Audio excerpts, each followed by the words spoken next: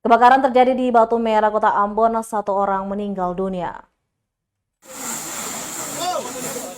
Kebakaran terjadi di kawasan RT 02 RW 4, Batu Merah Atas, Sirimau, Kota Ambon, Jumat 7 Oktober 2022 sekitar pukul 4:30 sore hari waktu Indonesia Timur. Kebakaran tersebut menghanguskan 1 unit rumah dan menyebabkan 1 orang meninggal dunia.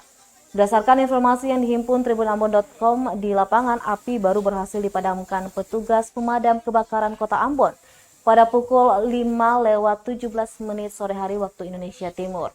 Ketua RT 02 kawasan Batu Merah Atas, Ali mengatakan petugas pemadam kebakaran tiba di TKP sekitar pukul 16:45 waktu Indonesia Timur. Belum diketahui pasti penyebab kebakaran, namun dugaan sementara akibat arus pendek listrik.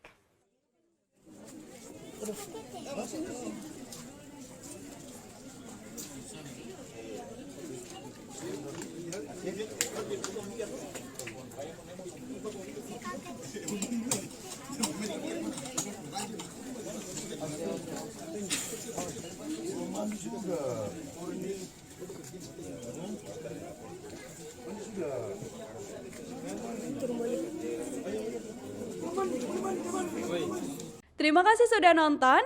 Jangan lupa like, subscribe, dan share ya.